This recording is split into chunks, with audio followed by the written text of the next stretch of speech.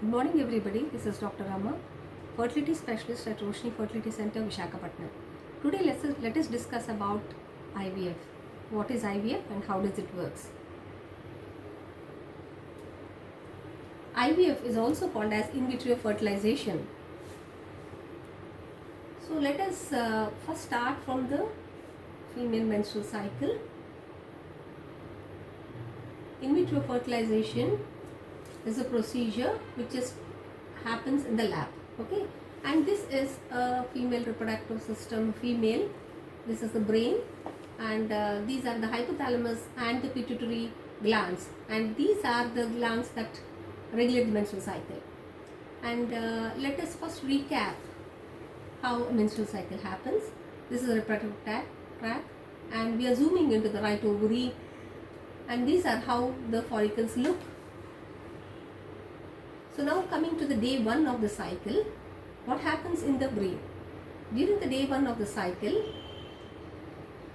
hypothalamus secretes GnRH, and this GnRH, which is produced from the hypothalamus, acts upon the pituitary gland to release FSH, and this FSH, which is released from the pituitary and later LH, they act upon the ovary. In the ovary, they act upon the follicle, primordial follicle, and the follicle starts developing into the primary follicle. And as day 14 approaches, the follicle starts growing, and this growing this growing follicle produces a hormone called as the estrogen. And this estrogen by day 14 reaches to the peak, and it causes the LH surge. And this after LH surge, what happens is 36 to 40 hours after the LH surge, the egg is released, causing what is called as ovulation. Once ovulation happens, what happens is the released follicle becomes the corpus luteum, and it starts producing what is called as progesterone. So now estrogen maintains the follicular phase, and progesterone maintains the second phase, that is the luteal phase. So to recap, menstrual cycle in a human being is about 28-day cycle, and it is divided into two phases. They are called as the luteal phase and the follicular phase. The follicular phase is the first phase, which happens from the day 1 to day 14, which is maintained by the estrogen, and after ovulation from day 14 to day 28, the phase is called as the luteal phase, and it is regulated by the hormone, that is the progesterone. Meanwhile, what happens in the ovary? In the ovary, what happens is the corpus luteum starts degenerating if there is a pregnancy or if there is no pregnancy. If there is a pregnancy, this is still maintained and the progesterone continues till 3rd month, where the placenta takes over. Supposing if the pregnancy doesn't happen, then it degenerates to cause what is called as the corpus albicans. Now let's discuss about IVF. IVF is also called as in vitro fertilization, and it consists of 5 different phases. Now coming to the first step, which is called as a controlled ovarian stimulation. What do you do during a controlled ovarian stimulation? Different hormones are used depending on the protocol, whether the GnRH agonist or the antagonist, along with the gonadotropins, that is the FSH and LH. The stimulation of the follicles is done, and the trigger is given by hormone called as HCG. So GnRH agonist, antagonist, gonadotropins, and HCG plays an important role in the controlled ovarian stimulation. So this is a diagram showing hypothalamus, pituitary gland.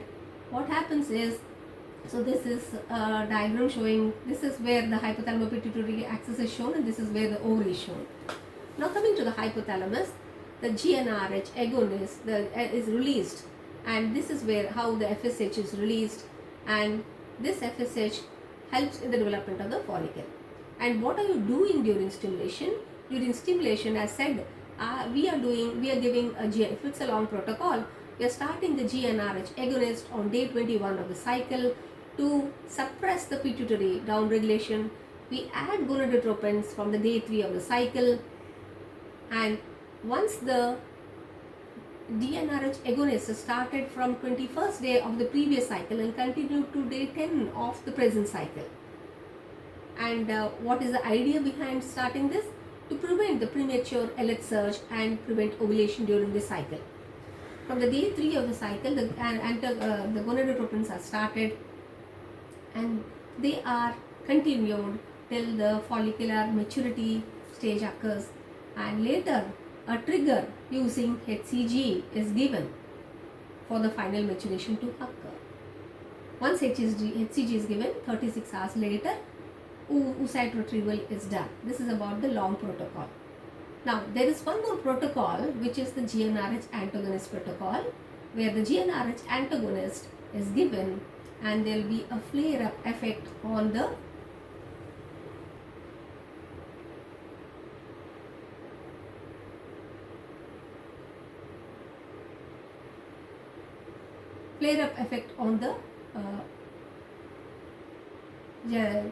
hypothalamo-pituitary ovarian axis.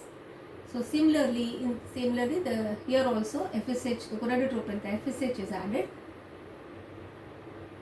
So in contrary to the long protocol, here GnRH antagonist is given only on day 2 of the present cycle. It started on the day 1 you start the gonadotropins, and depending on the protocol, whether it is a fixed protocol or whether it is a flexible protocol, you start the GnRH antagonist.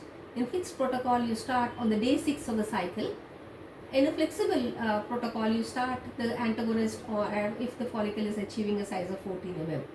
And both gonadotropin antagonist and gonadotropins are GnRH antagonist and the gonadotropins are continued till day 10. And once 2 to 3 follicles have a size of 18 mm, a trigger is planned giving HCG, and HCG helps in causing the maturation of the oocyte and also loosening the oocyte, and immediately 36 hours later the ovum pickup is planned. So this gets us to the second level, which is the second step is the oocyte retrieval. Once the mature oocytes are ready, what we do is we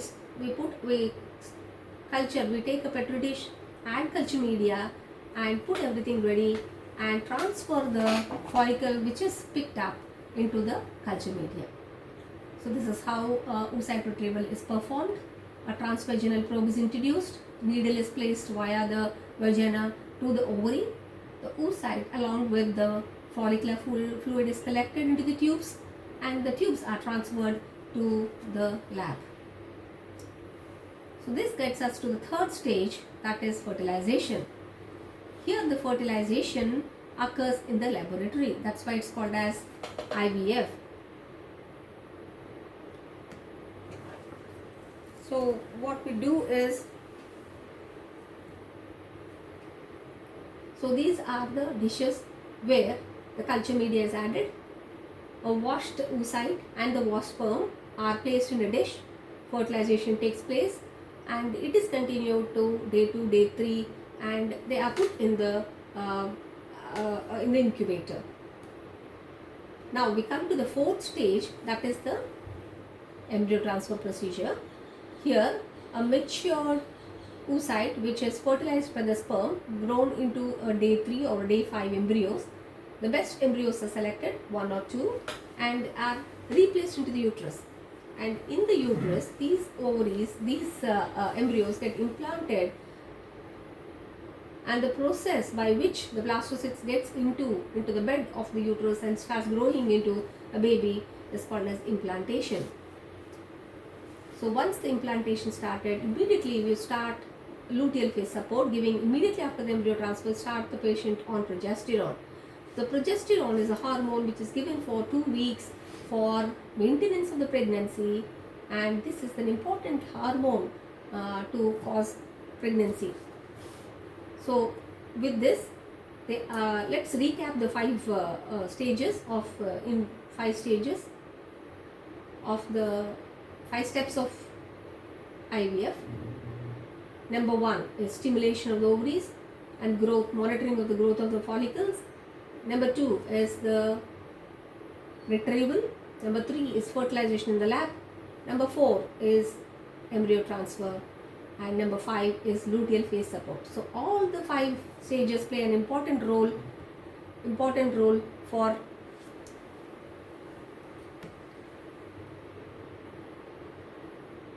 during the IVF procedure. Thank you for the patient listening.